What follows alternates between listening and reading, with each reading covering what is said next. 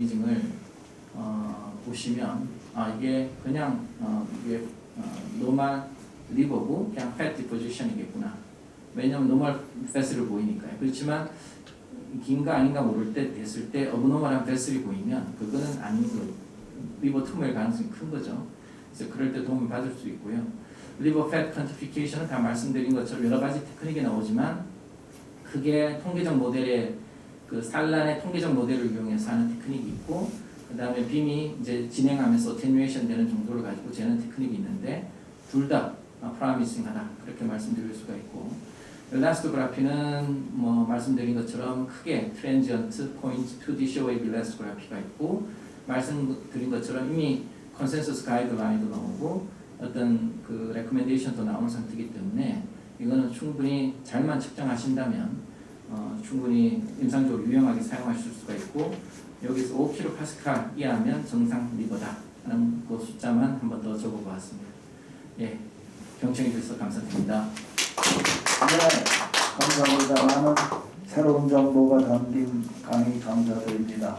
혹시 질문창, 우선 질문창에 나와 있는 것을 소개해드리면, 그 마이크로바스큘러 이미징은 전용 프로브인 하드웨어가 필요한 것인지요? 아니면 소프트웨어적으로 기존 프로브의 정보를 리프로세싱하는 방법인가요? 제가 알고 있기로는 하드웨어도 있어야 되고 소프트웨어만 가지고 되는 건 아니고 프로브는 같은 프로브를 사용합니다. 우리가 다이그노스틱 이미징을 할 때 같은 프로브를 사용하는데, 이제 마이크로바스큘러 이미징을 하려면 그게 하드웨어가 있어야 되고 하드웨어 플러스 소프트웨어가 같이 있어야 되기 때문에 현재는 거의 프리미엄급 기계에만 장착이 되고 있고요. 제가 알고 있기로는 몇몇 회사는 이미 그런 퍼포먼스급, 밸류급에도 장착을 하려고 계획하고 있는 회사가 있는 걸 알고 있는데 아직까지는 많지 않은 것 같습니다. 제가 한번 질문을 드리면, 그 마이크로바스큘러 이미징이 컨벤셔널 도플러보다 좋다는 거는 사진으로 잘 보여주셨는데, 이게 우리가 CUS, Contrast Enhanced Ultrasound 있잖아요. 네. 거기에 비해서 생각을 하면 한계점이 뭔가요? 일단 그 Contrast Enhanced Ultrasound는 그 마이크로 버블을 집어넣어서 어떻게 보면 그 캐퓰러리 그런 레벨에서의 퍼퓨전도 다 보는 겁니다. 그리고 사이노소이드 이런 데 마이크로 버블이 들어가서 리버 인핸스먼트까지 다 볼 수 있는 게 컨트라스트라면, 이거는 그런 건 아니고요. 좀 작은 아주 베슬까지 본다는 거지 캐퓰러리 레벨까지 볼 수 있는 이미징은 아니고요. 그러니까 뭐 퍼퓨전을 보겠다면 이런 마이크로바스큘러 이미징은 도움이 되지 않고, 그런 게 아니라 바스큘라리티 어느 정도 스몰 사이즈의 아주 슬로우 플로우의 이미징을 보겠다고 하는 것은 도움이 됩니다. 네, 그래서 예를 들면은 히멘지오마를 진단할 때 CUS는 다이나믹 CT나 MRI 같이 완전히 컨포메이션을 할 수가 있잖아요. 네. 그런데 MVI를 쓰면은 아까 뭐 케이스 보여주시면 어느 정도 그 뭐라 그럴까요? 진단의 자신감이라고 할까? 어느 정도 만들 수 있을까요? 네, 지금 안 그래도 이제 그것에 답하기 위해서 최근에 논문 하나를 더 쓰고 있고요. 일단은 우리가 B 모드를 보고 헤멘조마라고 하더라도 좀 뭔가 좀 어디셔널한 인포메이션이 있으면 좋겠다고 할 때가 꽤 있습니다. 그러니까 우연히 발견됐고, 그 다음에 모양 자체가 페페랄 에코제닉 헬로도 있고, 뭐 그러면 헤멘조마다라고 생각할 수 있죠. 그렇지만 그래도 좀 뭔가 하나 더 있었으면 좋겠다고 할 때 커더 도플러 도움 안 되거든요. 왜냐하면 대부분 안 보이기 때문에. 그럴 때 이런 마이크로바스큘러 이미징을 하면 이게 우리가 특징적인 모양을 보이지만 아주 일단 그 시술자, 그 검사자 입장에서는 신이 나는 게 이거 헤멘지오마 맞네? 컨피던스를 올리는 게 있고요. 특히 이런 패티 리버가 있는 상태에서 헤멘지오마가 생기면 꼭 멜리그넌 튜머처럼 보입니다. 근데 그럴 때 그때는 진짜 이거 모르겠다라고 할 때가 꽤 있거든요.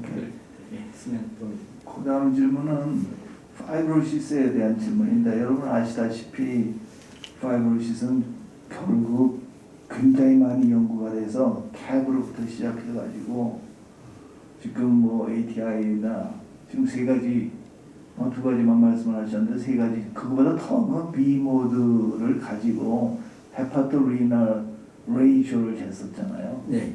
그러니까 그레이스케일 우리가 그레이스케일로 저 스텝 하다 했을 때, 근데 이제 어테뉴에이션 이미징이 나왔는데 이게 앞으로 갈 길이 어디까지인가요? 네, 그건 제가 그렇게 대답하기 쉽지 않은 것 같은데 일단 네. 예를 들어 지금의 그 스테아토시스는 레퍼런스는 뭐 리버 바이옵시인데 리버 바이옵시의 단점을 우리가 너무 잘 알고 있어서 지금 쓰는 레퍼런스는 MR을 쓰잖아요. 네. MRI나 MRS를 그 골드 스탠다드로 써서 이제 초음파의 스페셜 테크닉을 이밸류에이션 하는데 우리가 파이브로시스는 어느 정도 셋업이 됐다고 생각해요. 아까 뭐 많은 데이터, 액큐러시 이런 거 다 센시티비티 스페셜 다 보셨는데 지금 아직도 스테아토시스가 지금 굉장히 많이 문제가 되고 있는데 아직까지도 논문은 많은데 어느 정도 지금 믿을 수가 있을까요? 랜더마다 다 다르고 네. 근데 하는 사람마다 다 다르고 이래서 이거를 진짜 퀀티피케이션을 하는데 어느 정도 시험 가치가 있느냐, 앞으로 어느 정도 더 발전을 할 수가 있을까? 이거에 대한 코멘트 하실 수 있습니다. 네, 그 최병현 선생님께서 말씀하신 것은 결국은 클리니컬 임팩트가 차이가 있다는데 아마 염두에 두시고 하시는 말씀인 것 같습니다. 그래서 파이브로시스를 진단하는 것은 환자한테 다이렉트하게 클리니컬 임팩트가 있는데 이제 패티 리버를 이제 보는 데 있어서 클리니컬 임팩트가 일단 파이브로시스를 보는 것보다는 작고요. 또 여러 가지 테크닉이 있다 보니까 그 수치도 그 컷오프 밸류도 다 다르고 그리고 하다 보니까 이거를 보면 얼마나 우리가 유용하게 사용할 수 있을까를 여쭤보시는 것 같고 일단은 우리가 스타디를 해보면 한 이제 벤더의 그 기계를 가지고 쓰면은 어느 정도는 그러니까 80% 이상의 그런 다그너스 퍼포먼스는 나오는데 이게 말씀하신 것처럼 환자의 어떤 바디 히비투스에 따라서 값이 조금 변동이 있습니다. 이제 그런 것들을 좀 잡아내야 되고요. 특히 그러니까 이 재는 위치에 따라서 값이 달라지는 것이 있기 때문에 이 검사자 입장에서도 좀 더 보완이 돼야 되겠다 그런 생각을 많이 하고 있긴 한데 좀 더 기술적 보완이 필요할 것 같습니다. 네, 알겠습니다. 마지막 간단한 질문 하나 하겠습니다. 오늘 지금 여러 가지 뉴 테크놀로지를 설명해 주셨는데 이게 보험 적용이 되나요? 질문입니다. 안 됩니다. 아직은 안 되죠. 네. 그럼 시간이 좀 필요할 것 같습니다. 시간이 다 됐기 때문에 다음 우리 회장님께 마이크를 넘기겠습니다. 예, 감사합니다, 의원님. 다음 연재는 병리를 통한 초음파 영상의 이해에 대해서 김일봉 내과의원의 김일봉 선생님께서 발표해 주시겠습니다. 김일봉 선생님께서는 여러 청중분들께서도 잘 아시겠지만 개원가에 계시죠. 아주 남다른 열정을 갖고 한 20년이 넘게 열심히 외래도 보시면서 초음파도 열심히 하고 교육도 열심히 담당하면서 다니는 분으로 유명하십니다. 선생님 강의 부탁드리겠습니다. 예, 가분한 소개를 해주신 김진호 교수님 정말 감사합니다. 오늘 또 자장으로 제가 존경하는 최병인 교수님 계셔가지고 이 자리에서 이제 강의하기가 두렵습니다. 오늘 제가 제목을 맡은 게 병리를 통한 초음파 영상 이해입니다. 제가 이제 초음파를 처음 배울 때 제일 어려운 것이 스캔법이었습니다. 교과서에 보면 이 참 아주 멋진 영상만 나오는데 실제로 초음파 검사에 보면 그런 멋진 영상이 안 나오고 그보다 훨씬 후진 영상이 나왔습니다. 그래서 스캔법이 정말 어렵구나 하는 걸 깨달았고 두 번째는 이 영상을 보니까 조금 전에도 해망저음화가 나왔습니다만 해망저음화가 오에코도 나올 수도 있고 저에코도 나올 수 있고 아이소에코도 나올 수 있고 믹스도 에코도 도대체 그러면 한 병에 한 에코가 나오면 얼마나 좋겠는데 한 병에 따라서 에코가 다양하게 나오는 건 왜 그럴까? 도저히 정말 야도 잊어버렸습니다. 그래서 들어보니까 병리를 공부를 조금 해보니까 이해가 됐습니다. 코난 도일이 하고 서슬지 교수님 명언을 소개드립니다. 코난 도일은 이제 이 의사입니다. 스코틀랜드 의과대학원 나와가지고 런던에 개업인데 기업이 너무 잘 안 돼가지고 추리 소설로만 유명해졌습니다. 이분이 글 중에 본다는 것과 관찰한다는 것은 크게 다르다. 정말 맞는 말이죠. 관찰에는 사고가 들어가야 됩니다. 그 다음에 또 이 말 또 무슨 일이든지 경험으로 배우는 것이다. 경험을 안 하고 우리가 실력이 늘 수가 없습니다. 초음파는 아무리 책을 열심히 봐도 정례를 기록함으로써 공부를 하게 됩니다. 서서지 교수님께서 돌아가신 서서기 제가 책을 썼을 때 정례 복부 초음파 및 영상 진단 책에 이렇게 글을 써주셨습니다. 영상의학은 걱정과 근심을 하는 학문이다.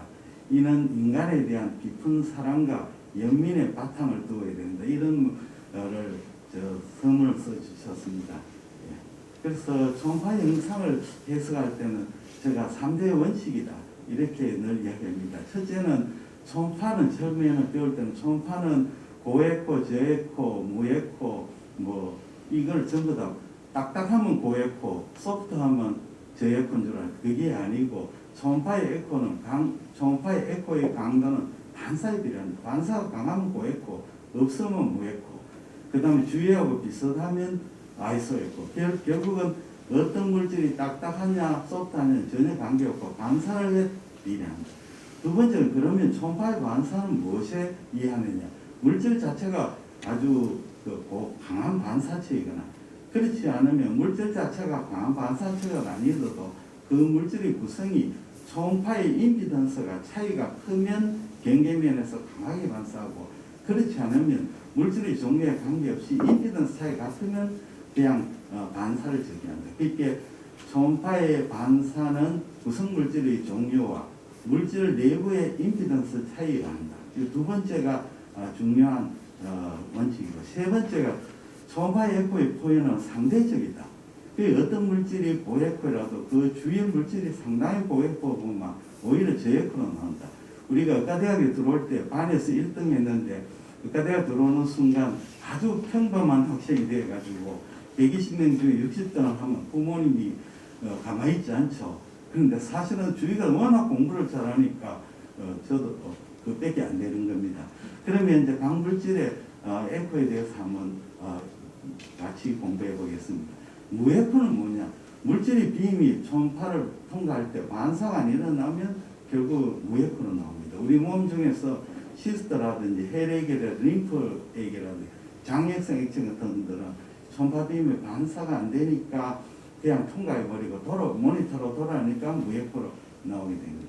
대표적인 이제 헤파틱 시스트인데 헤파틱 시스트는 바일닥트가 딜라테이션 되고 여기 이제 앱세리움이 발덕의 앱세리움입니다. 그러니까 초음파 빔이 간실질하고 시스트의 앱세리움을 경계가 되니까 아주 스무스하고 이 경계면에 고에코를 나타납니다. 그래서 시스트냐 시스트 안에 솔리드 노즐이냐 한별의 중요한 것은 이 경계면 고에코가 있다는 것이 중요합니다. 물론 파라도콜의 헬리오신호도 뜨지 않게 되죠.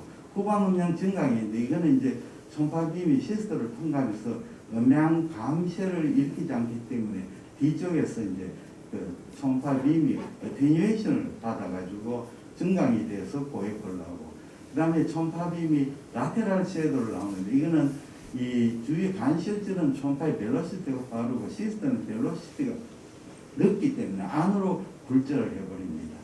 네. 그 다음에는 우리가 고에코 물질이 굉장히 많습니다. 거기에 대해서 설명을 드립니다. 스케아가 대표적입니다. 이 스케아는 이 초음파 빔이 경계면에서 강하게 반사해버리고 일부는 조금 통과하지만 서서히 흡수가 되가 뒤쪽에는 아주 클리어 섀도를 만들게 됩니다. 그래서 칼시피케이션은 강한 에코, 클리어한 섀도우가 됩니다. 그래서 간실질 스케아지요. 다음에는 에어는 정말 천의 얼굴을 가지고 있습니다. 아주 소량의 고에코는 점상 또는 선상 고에코입니다. 그런데 이제 공기방울이 4개가 있고 안에 액체가 들어있으면 초음파 빔이 요 안에 들어가서 리버브레이션이 이렇게가 마치 호흡처럼 이렇게 증폭이 되가 뒤에 강한 링다운 아티팩트를 만듭니다. 공기가 이 상당한 양이 있을 때는 밴드 형태의 고에코가 되고 뒤쪽에 이제 더티한 섀도를 만들게 됩니다. 그리고 아주 대량의 공기 있을 때는 스토막이나 콜론이 있을 때는 큰 고에코와 뒤에 리버브레이션 아티팩트를 만듭니다. 이렇게 뒤에 더티 섀도우 콜론입니다. 콜론 하우스라고 이쪽에 장관의 가스가 많을 때 이렇게 리버브레이션인데 빔의 각도를 변경하면 리버브레이션이 없어집니다. 다음에는 이제 가스 생성균에는 이 헤파대 앞세웠습니다. 크랩실라는 유모니아인데 여기에 라이트 리버에 에어 프루이드 레벨이 생기고 이 초음파에서도 이 공기에 의한 정상 고에코들이 보입니다. 그래서 액체 안에 이렇게 떠가 있는 고에코가 있으니 이것은 이 공기구나 하는 것을 우리가 알 수가 있습니다. 다음에 지방입니다. 지방은 천의 얼굴입니다.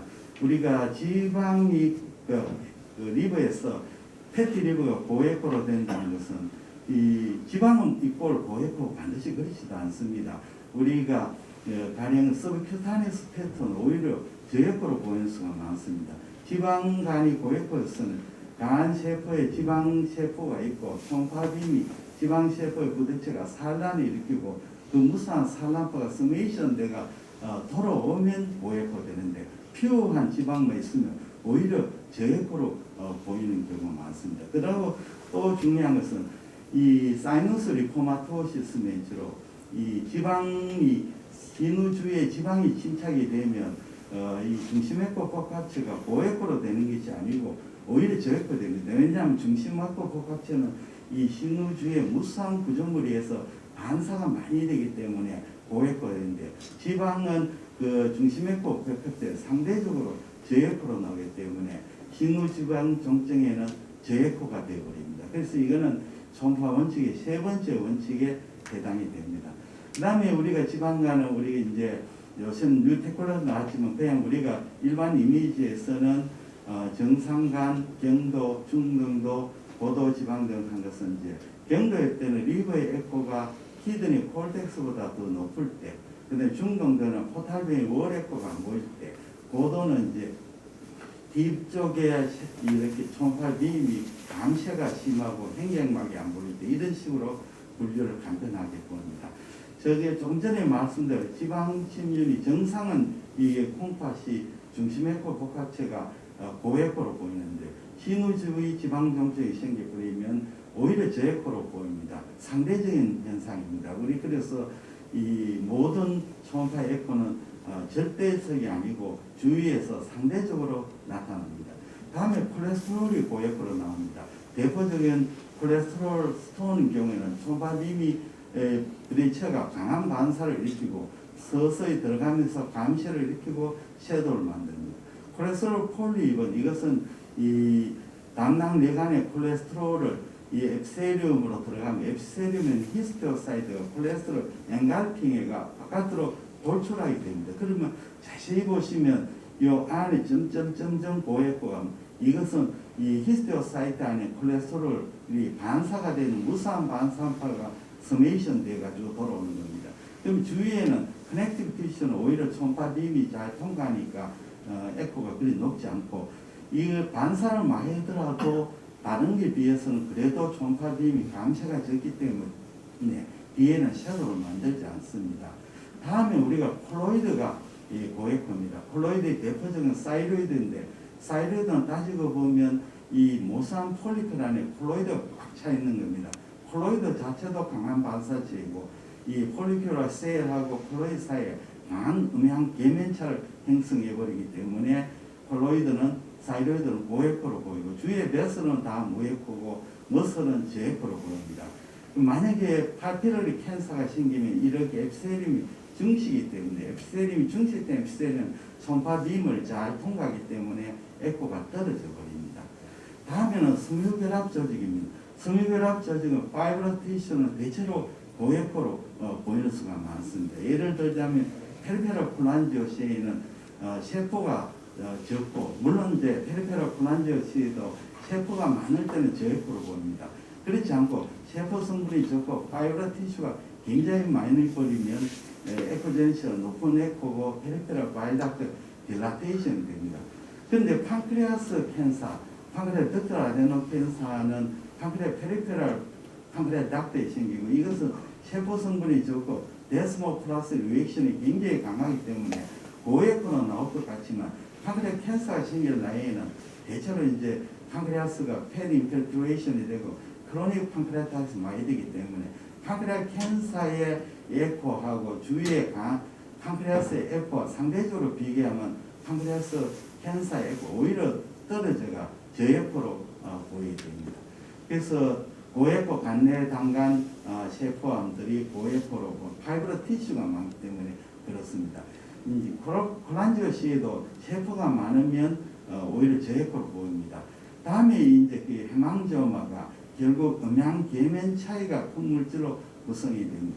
해망저마 조직학적으로 보시면 여기에 무사한 바스큘로레이터에 피가 꽉 차 있고 엔도셀륨으로 라이닝되고 바깥에는 커넥티브 티슈인데 사실 이 조직은 고에코 물질이 아무것도 없습니다. 그러나 이제 초음파 비밀을 통과하면서 이 엔도셀륨하고 이 혈관 내광하고 강한 계면을 형성해서 고에코로 보입니다. 근데 해망저마 변성을 일으켜가 바스큘로레이터가 커져버리면 오히려 에코가 떨어집니다. 왜냐하면 적절한 그 음양 계면을 만들어야 됩니다. 반대로 해망저마의 안에 바스큘로레이터가 콜랩스 때도 에코가 떨어집니다. 그렇게 이 적절한 이 바스큘로레이터가 유지되어 음양 계변이 일어나서 고에코가 되는데 해망저마가 안에 디제네이션 되가 바스큘로레이터가 커지든지 작든지 이렇게 보면 전부 다 에코가 떨어집니다. 그 다음에 해망저 보시면 고에코로 보이지만 때로는 저에코로 보입니다. 저에코로 보이는 것은 대체로 이제 안에 변성을 일으키는 겁니다. 그 다음에 믹스도 있고 변성 부위하고 변성 안 일으키면 믹스도 있고 때로는 마지노 스트롱 에코를 만듭니다. 이거는 이제 해망저마가 내부는 변성을 일으키지만 그래도 페리페럴 쪽은 마이크로바스큘러 스트럭처를 유지하기 때문에 이렇게 변형 고에코드를 만들 수 있습니다. 이 변형 고에코드가 해망저마의 스페시픽한 사인이 아닙니다. 이 HCC도 이렇게 디스플라스 노즐 안에 HCC 생기거나 웰 디프렌시에이트 HCC 안에 모더레이트 디프렌시에이트 HCC 되면 이렇게 마지노 스트롱 에코가 보일 수 있습니다. 그 다음에 염증세포가 침연이 될 때 처음에 우리가 인플레메이션을 염증세포가 침연되면 주위 조직하고 염증세포하고 음양 비기체인가 고에코로 보이다. 좀 이따 프루이드가 큐레이션 되면 저에코가 되고 다음에 압세스 생기면 무에코가 되고 마지막에 이것이 파이브로스티스 스카티슈 되면 고에코로 보이게 됩니다. 그래서 처음에는 이렇게 에코가 보이다가 고에코로 보이다 차차 무에코로 보이고 나중에는 이렇게 이제 변형 백스키아를 동거할 때는 스키아를 보입니다. 그 다음에 우리가 점액성 물질도 고에코로 보입니다. 뮤시너스 시스틱 캔서 같은 거 특히 콜론이 이런데 뮤신을 많이 분비하는 종양이 위로 리버로 메타세이스 가면 이런 물질은 아주 고에코로 보입니다. 예, 김대현 원장님 정리입니다. 렉탈 캔서입니다. 다음에는 응고개사가 일어나면 고에코로 보입니다. HCC인데 RFC로 해가지고 응고개사를 일어나면 이것이 초음파 에코가 높아져가 고에코로 보입니다. 그 다음에 지금까지 그 저에코는 어떠냐? 초음파에서 저에코는 우리가 정상 조직은 근육이 저에코입니다. 왜냐하면 균질한 조직이고 치밀한 조직이고 초음파 빔이 투과가 아주 양호해가 저에코로 보입니다. 그러나 이제 우리가 일반적으로 염증세포 또 암세포가 주위 조직으로 침입할 때도 저에코입니다. 우리가 암이 저에코로 보이는 것은 암세포는 정상 주위 조직보다 훨씬 세포의 밀도가 높습니다.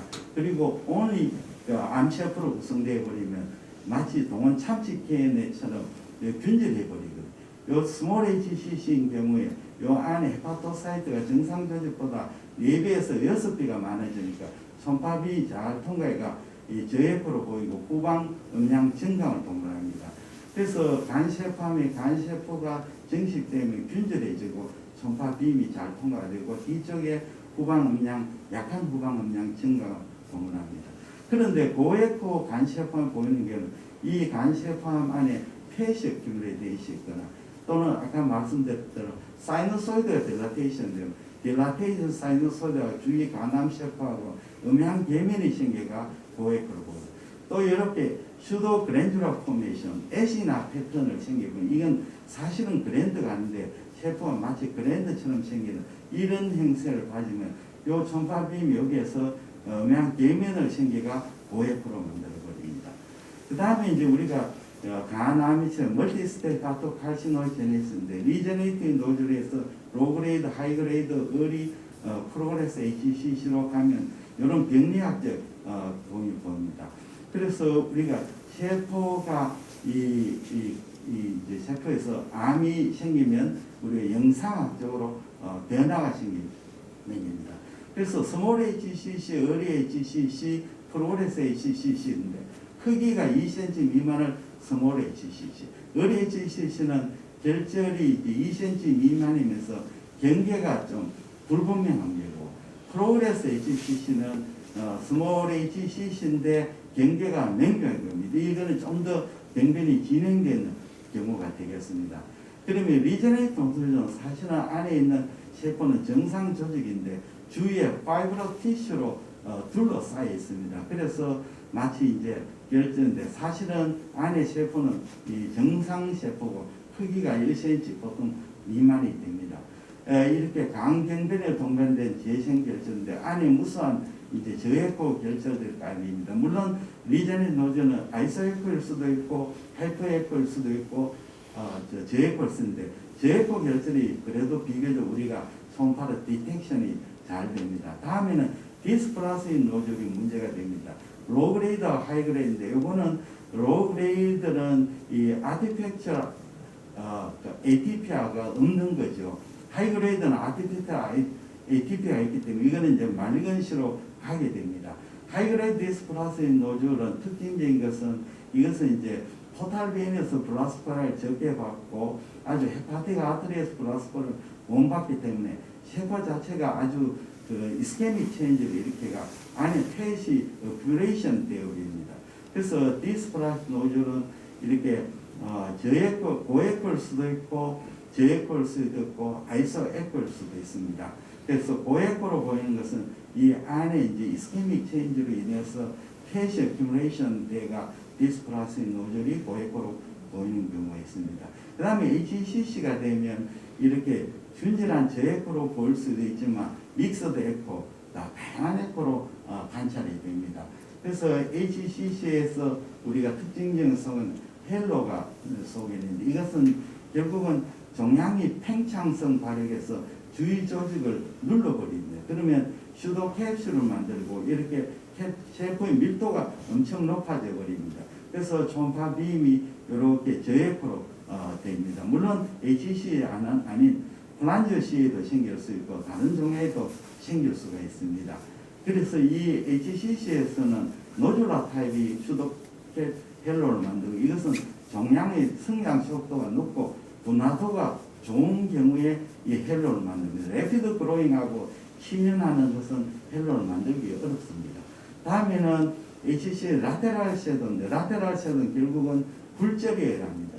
초음파 빔이 이렇게 주위에는 속도가 느리고 HCC는 세포의 밀도가 높으니 속도가 빨라집니다. 그러면 초음파빔이 경계면이 스무스할 때 리프렉션 하는데 안으로 굴절하는 것이 아니고 바깥으로 굴절합니다. 자동차가 빙판에 갈 때는 안쪽으로 밖에 가는 게 아니고 바깥쪽으로 가는 겁니다. 이것이 라테랄 섀도우가 나온다는 것은 비교적 포민이 균질하고 만약에 포민이 주위로 치면하게 되면 라테랄 섀도우를 만들지를 않습니다. 다음에 모자이크 패턴은 이건 어느 정도 크기가 커져야 됩니다. 그래서 중후에 암이 피막 외로 증식하면 낡은 피막이 암조직에 잔존하거나 내부의 분화도가 틀리거나 성장 속도가 틀리는 암조직 간에 파이브러스 밴드를 생성하고 다음에는 이게 나와버리네. 화면 슬라이드 좀. 화면 슬라이드를 주십시오. 예, 감사합니다. 이렇게 남은 세 번째는 다결절 융합, 여러 가지 HCC가 융합해 버립니다. 그래서 모자이크 패턴이 이런 패턴인데 안에 보시면 세포 이제 에코에 따라서 안에 조직학적 특징이 틀리게 나옵니다. 다음 믹스드 에코입니다. 믹스드 에코는 조직 내부의 성면이 초음파 빔의 투과성이 차 있을 때 혼합 에코로 나오는데 종괴의 크기가 증대시는 내부가 변성, 출혈, 예사에서 다양한 에코로 나옵니다. 해망점마다 정말 설명을 드렸습니다만은 이렇게 해망점마가 믹스드 에코 나오면서 내부에 이렇게 바스큘라 레이크가 변선을 이렇게 버리면 이렇게 믹스드 에코를 나와버립니다. 간시아팜도 마찬가지입니다. 간시아팜의 퍼져가 안에 디제네이션을 일으키거나 이렇게 되면 다양한 에코로 나타나게 됩니다. 전이성 간암은 이제 이 간암은 특징적인 성이 움빌케이션이 파이브러스 티슈가 많기 때문에 안으로 이제 스트릭처대가 이렇게 튜머 움빌케이션을 생기기도 하고 또 변형부는 저에코대 내부는 고에코인데 보시면 변형부는 그래도 저에코대코는 파이브러스 티슈가 많고 안쪽은 이제 코아귤레이션이나 디제네이션 시킵니다. 메타세이 캔서가 변형부 저에코대를 만드는 경우는 대부분 런 캔서, 브레스트 캔서면 주로 종양이 레디드 그로잉 해버리면 안쪽은 블라스퍼라를 따라가지는 못하니까 변선이 이렇게 고에코를 버립니다. 너무 변선이 이렇게가 리케펙션 네크로시스 되면 무에코로 됩니다. 그러면 이제 헬로하고 HC 헬로하고 메타세이스의 변형 저에코대는 사실은 메타세이스는 헬로가 두꺼우냐 얇으냐 하지만 사실은 두껍다 얇았나 너무 주관적입니다. 그래서 보통 HCC의 헬로가 생기려면 적어도 2cm 정도는 이상은 돼야 되는데 만약에 2cm 이하의 헬로가 있다면 HCC보다는 메타세이 캔서를 생각하게 됩니다. 메타세이 캔서는 1cm 정도에도 헬로를 동반합니다.